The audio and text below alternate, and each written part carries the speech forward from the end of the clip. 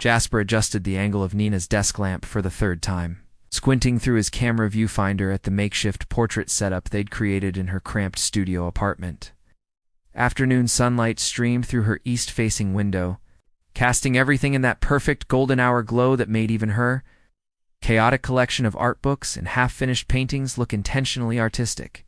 "Stop moving," he called out, though Nina hadn't moved at all.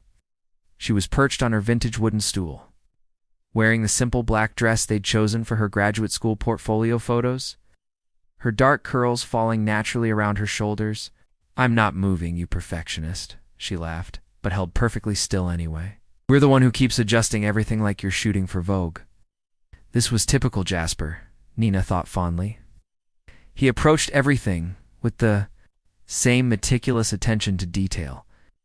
Whether he was designing logos for clients or helping her document her artwork for applications, they'd been best friends for 2 years now. Ever since they'd bonded over terrible coffee in the campus art building, while she struggled with a particularly challenging Renaissance art paper, and he worked on freelance projects between classes. "Okay, this angle is perfect," Jasper said, finally satisfied with the lighting setup. "Now just be natural. Think about something that makes you happy." He started snapping photos, the familiar click of his camera filling the comfortable silence between them. Nina found herself relaxing into the session, forgetting about the pressure of graduate school applications and just enjoying the easy rhythm they'd fallen into. "Tell me about this professor you want to study with," Jasper said, continuing to photograph while they talked. "Dr. Hartwell, right?" Nina's face lit up as she began describing the renowned art historian whose research focused on the intersection of art and social movements. Gosh.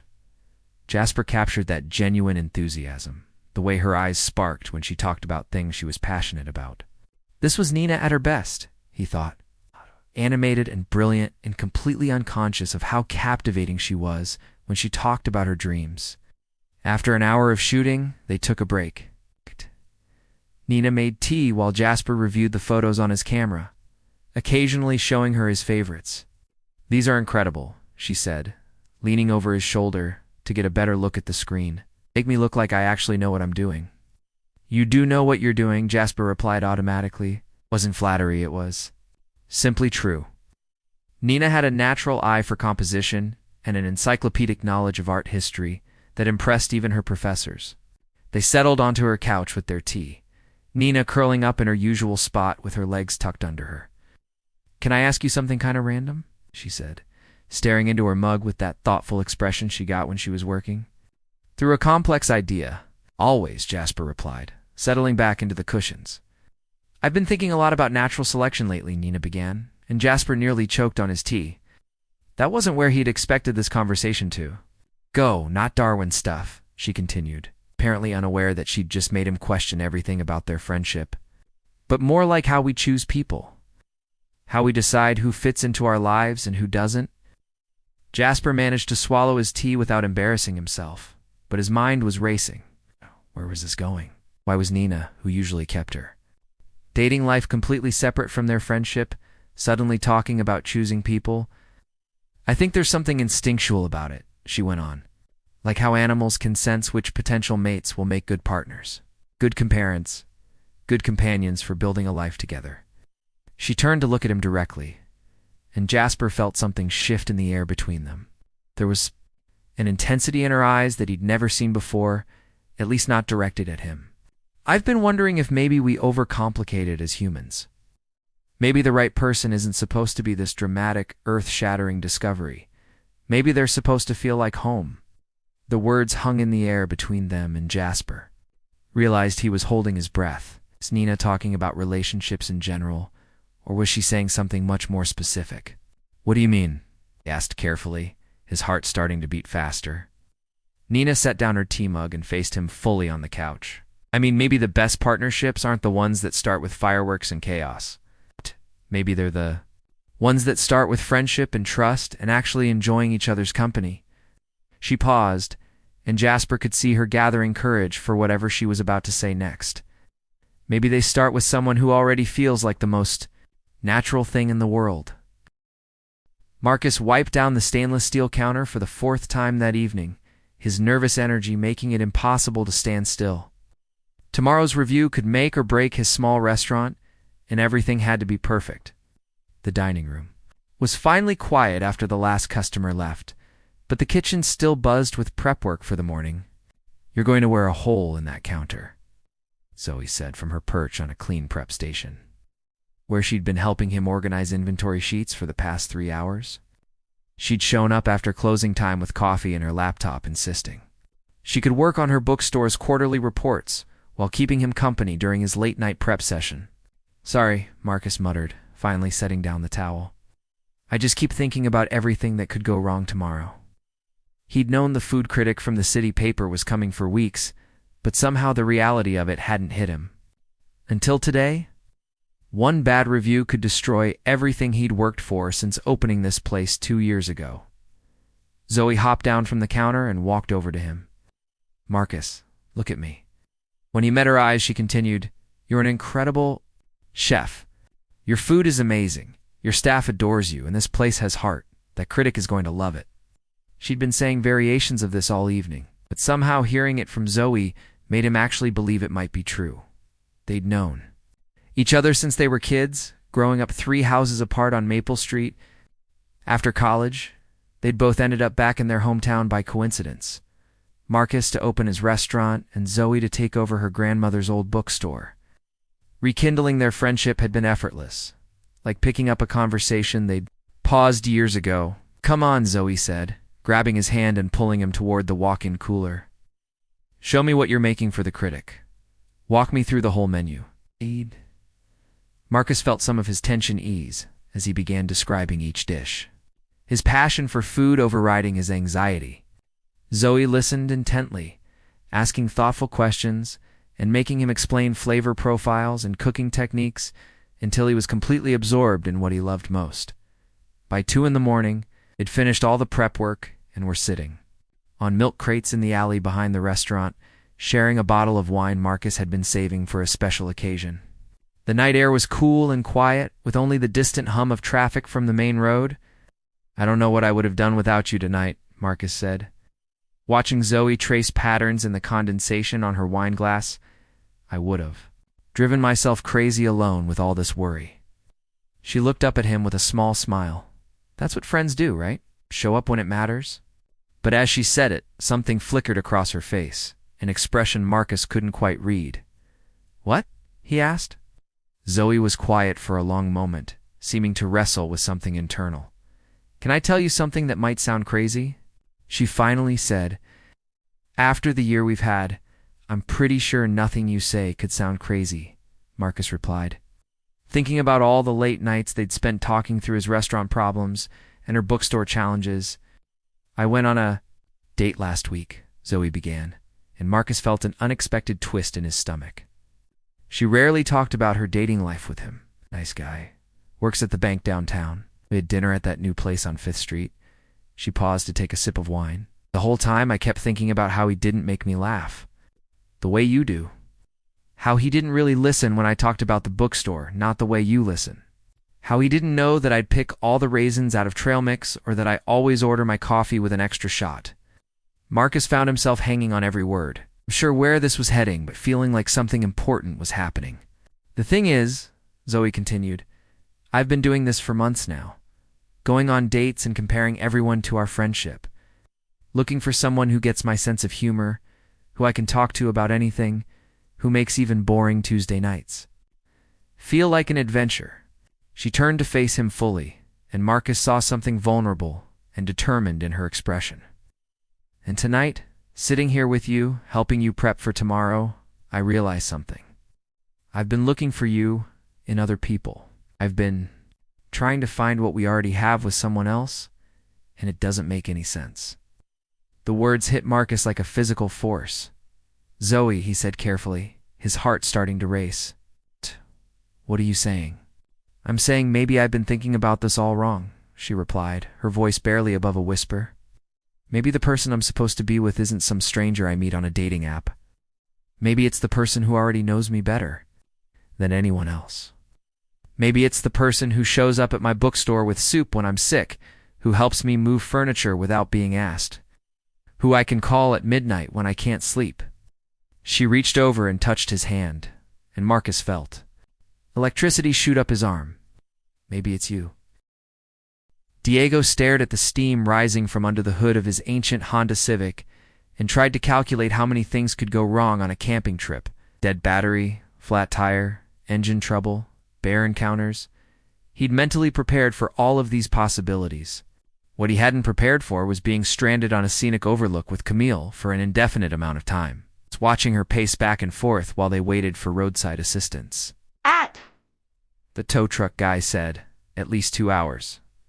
Camille announced, hanging up her phone and rejoining him on the guardrail, where he'd been watching the sunset paint the valley below in shades of orange and pink. So much for getting to the campsite before dark. Could be worse, Diego said, trying to stay optimistic. At least we're broken down somewhere beautiful, and we have snacks. He gestured to the cooler they'd packed with enough food for their annual weekend camping tradition. This was their 3rd year making the trip to Pine Ridge State Park, something they'd started during their sophomore year of college when they'd both needed to escape the stress of midterm exams. Camille settled beside him on the metal barrier, close enough that he caught a hint of her shampoo, something vanilla and warm that he'd somehow become hyper-aware of lately. "Remember our first camping trip?" she said, swinging her legs like a kid. "When you forgot the tent stakes and we had to use rocks and shoelaces to secure everything." "Hey, it worked," Diego protested, laughing at the memory. That tent stayed up all night, even with the wind. They'd spent that entire weekend MacGyvering solutions to various camping mishaps. And somehow it had become one of his favorite memories from college.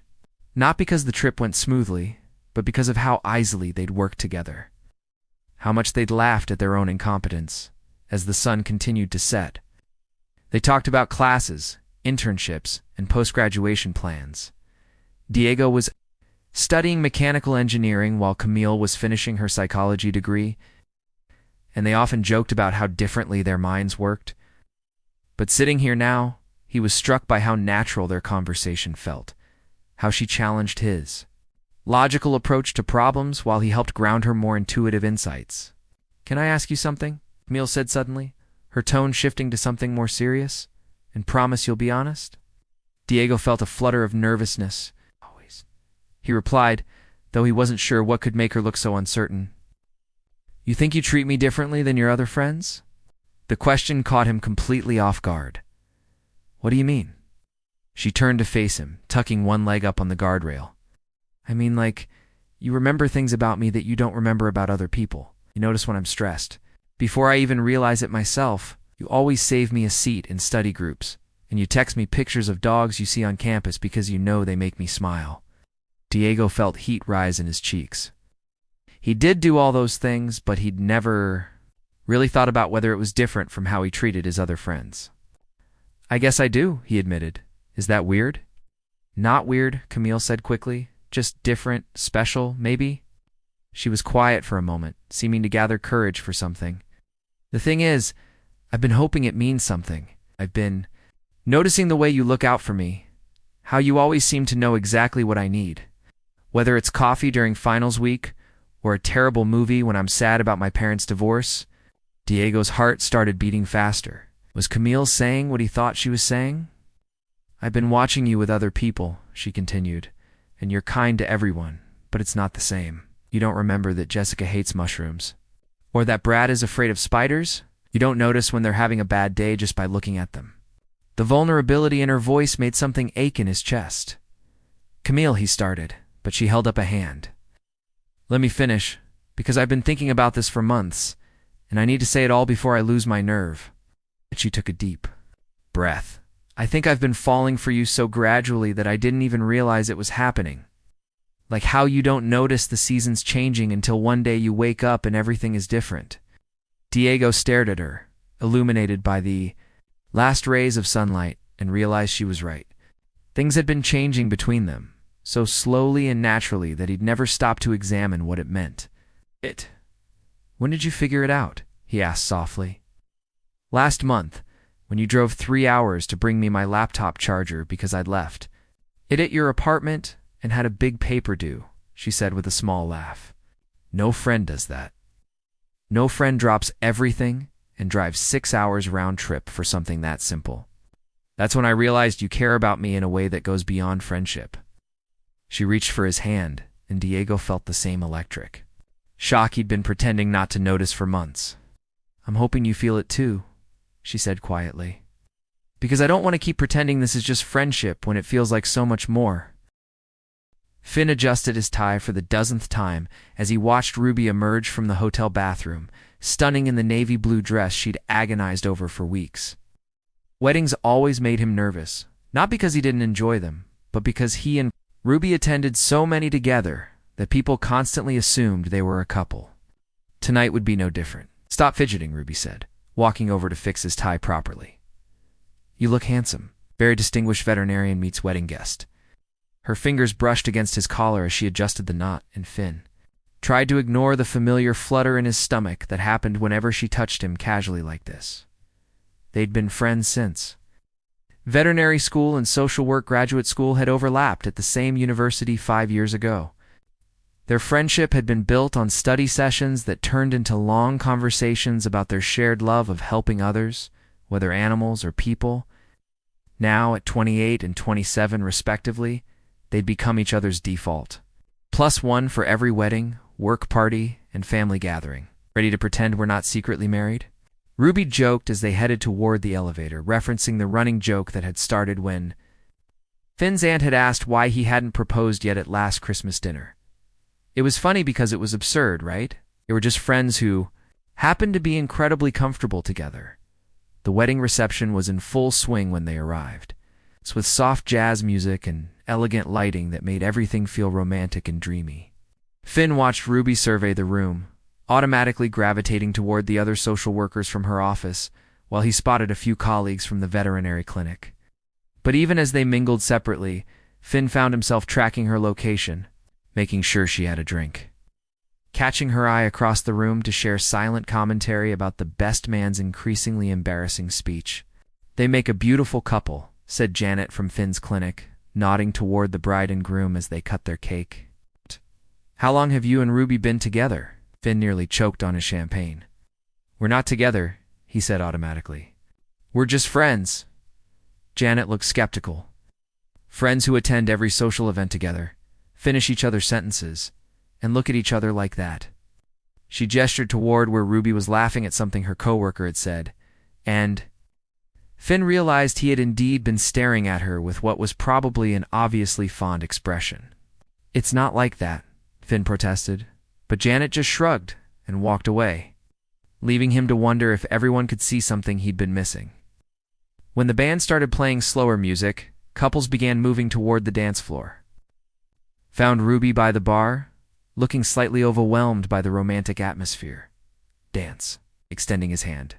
She smiled and took it, letting him lead her onto the floor among the other swaying couples. This wasn't unusual for them. They'd danced together at dozens of weddings over the years. But tonight felt different somehow, more charged with possibility. Everyone. Thinks we're dating, Ruby said as they moved together to the slow melody. Janet from your clinic, my supervisor, the bride's mother, asked me earlier how long we've been together. Finn felt his cheeks warm. What did you tell them? The same thing you probably told Janet, Ruby replied. That we're just friends.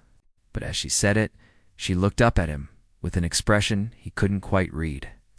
Do you ever wonder why we keep having to explain that to people? The question caught Finn off guard. What do you mean? Ruby was quiet for a moment, seeming to choose her words carefully. Maybe everyone keeps assuming we're together because we act like we're together. We're the only ones who don't see it. Finn's heart started beating faster. Ruby. He began, but she continued before he could form a coherent thought. I was talking to my sister yesterday about how frustrated I am with dating, how every guy I meet feels like a compromise compared to what I want in a partner. And she asked me to describe my ideal relationship. They were still dancing barely. Moving now, lost in their own conversation while couples swayed around them. What did you tell her? Finn asked, though he was almost afraid to hear the answer. I told her I wanted someone who makes me laugh, who shares my values about helping people, who I can talk to about anything without judgment, someone who knows me well enough to bring me chocolate when I'm stressed and coffee when I'm tired. Someone who makes even ordinary moments feel special just by being there. Ruby's voice was barely above a whisper now. Someone who feels like home. Finn realized they'd stopped dancing entirely and were just standing in the middle of the floor, looking at each other. That sounds like a pretty specific list, he managed to say. It is specific, Ruby replied, her hands still resting on his shoulders. Because I wasn't describing some hypothetical perfect guy. I was describing you. The admission hung between them like a bridge waiting to be crossed. I'm tired of people asking why we're not dating and pretending I don't know thee. Answer, I'm tired of going on dates with other people and wishing they were you. Finn felt like the world had tilted on its axis. How long have you been thinking about this? He asked. Months, she admitted. Maybe longer. I kept telling myself it was just because we're such good friends, but good friends don't usually feel jealous when their friend goes on dates with other people. Good friends don't usually spend time wondering what it would be like to wake up next to their friend every morning. Ow. The music continued around them, but Finn felt like they were the only two people in the room. I've been wondering the same things, he said quietly. I just never thought you might be wondering them too. Ruby smiled, and something that had been uncertain between them suddenly felt inevitable. Maybe we should stop wondering and find out for sure. Owen checked his watch as he climbed the stairs to the rooftop party, fashionably late as always, though this time it wasn't intentional. He'd been grading papers until the last possible minute, trying to get caught up before the new semester. The sounds of celebration grew louder with each flight, music and laughter echoing down the stairwell of the converted warehouse building. When he finally pushed through the door onto the roof, he was struck by how beautiful the city looked from up here. Strings of lights created a warm canopy overhead while the downtown skyline glittered in the distance. The party was in full swing, with about 50 people scattered across the space. Drinks in hand and animated conversations filling the air. He spotted Piper immediately, leaning against the railing at the far end of the roof, her red hair catching the light from the string bulbs overhead. She was talking to someone he didn't recognize, but when she saw him, her face lit up with that genuine smile that always made his chest tight. She excused herself from her conversation and made her way over to him. You made it, she said, reaching up to hug him. I was starting to think you were going to miss midnight and disappoint my favorite freelance writer on New Year's Eve. Owen replied, hugging her back and trying not to notice how perfectly she fit against him. Never. They'd been friends for 6 years now, ever since they'd met at a mutual friend's housewarming party and discovered they both had strong opinions about terrible reality television. Owen taught high school English while Piper wrote articles for various magazines and websites. But somehow their different schedules had never interfered with their friendship. If anything, it made their time together feel more precious. Come on, Piper said, linking her arm through his. I want to introduce you to some people, and then we need to catch up properly. I feel like I haven't seen you in weeks. She wasn't wrong. December had been crazy for both of them, with Owen dealing with finals and winter break preparations, while Piper had been working on a series of articles about local businesses that had kept her traveling around the state. As they moved through the party, Owen found himself watching Piper interact with other people, noticing things he'd somehow never paid attention to before. How she remembered details about everyone's lives and asked thoughtful follow-up questions. How she could make anyone feel included in conversation. How she looked genuinely interested in whatever boring story someone was telling about their job, or their cat, or their latest home renovation project. Earth 2 Owen, Piper said, nudging him with her elbow.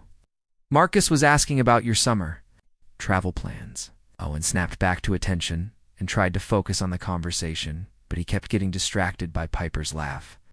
By the way she gestured with her hands when she talked, by the fact that she'd somehow positioned herself close. Enough that he could smell her perfume. When the conversation naturally dispersed, they found themselves alone by the edge of the roof, looking out over the city. It's almost midnight, Piper said, checking her phone. 11:53. Owen could hear the countdown beginning somewhere behind them, but he was more focused on the fact that Piper seemed nervous about something, fidgeting with her drink and avoiding eye contact. Are you okay? He asked. You seem distracted tonight. Piper was quiet for a long moment, seeming to wrestle with something internal. Can I tell you something? She finally said. And promise you won't think I'm crazy. When have I ever thought You were crazy? Owen replied, which made her smile. Okay, fair point. But this might be the first time. She took a deep breath and turned to face him fully. I've been thinking a lot about New Year's resolutions, about what I want to change in the coming year. Owen waited, sensing this was leading somewhere important. And I realized that I'm tired of pretending, Piper continued. I'm tired of going to parties like this and watching couples kiss at midnight while I stand here with my best friend, wishing things were different. I'm tired of dating people who don't know me the way you do, who don't make me laugh the way you do, who I can't talk to about everything and nothing for hours without getting bored. Owen's heart started racing as he began to understand where this was heading. Piper, he said carefully, but she held up a hand. Let me finish, because if I don't say this now, I'll lose my nerve. She was speaking faster now, the words tumbling out like she'd been holding them back for months. I don't want to kiss some random guy at midnight anymore, Owen. I don't want to pretend that what we have is just friendship when it feels like so much more. I don't want to keep introducing you as my friend when you're the most important person in my life. Her voice dropped to almost a whisper. I want to kiss you at midnight. I want to start this new year by finally being honest about how I feel. The countdown was getting louder behind them, 10, 9, 8. But Owen felt like time had stopped entirely. How long have you felt like this? He asked, his voice rough with emotion. Honestly, Piper said, reaching for his hands. I think I've been falling for you for years, so gradually that I didn't even realize it was happening until I tried to imagine my life without you and couldn't. 7, 6, 5. I've been thinking the same thing, Owen admitted, squeezing her hands. I've been comparing every woman I date to you and wondering why no one else feels right. 4, 3, 2. So what do we do about it? Piper asked, and Owen could see his own nervous excitement reflected in her eyes. 1. We stop pretending, Owen said, and leaned down to kiss her as fireworks exploded over the city and everyone around them cheered for the new year, the new beginning, the moment when everything changed.